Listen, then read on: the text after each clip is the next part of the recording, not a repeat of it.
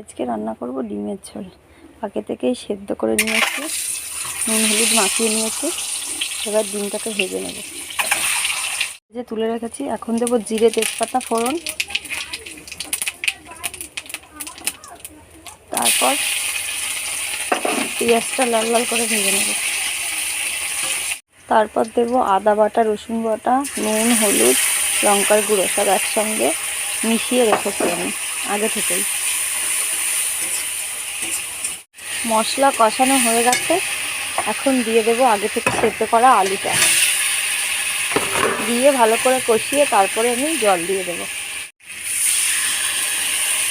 পরিমাণ মতন জল দিয়ে দিলাম। ঝোলটা ফুটে উঠেছে, এবার ডিমটা দিয়ে দিচ্ছি।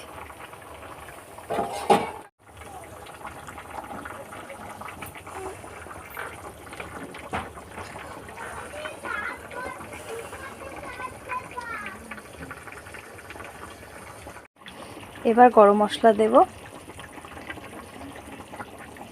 দিয়ে নামিয়ে দেব।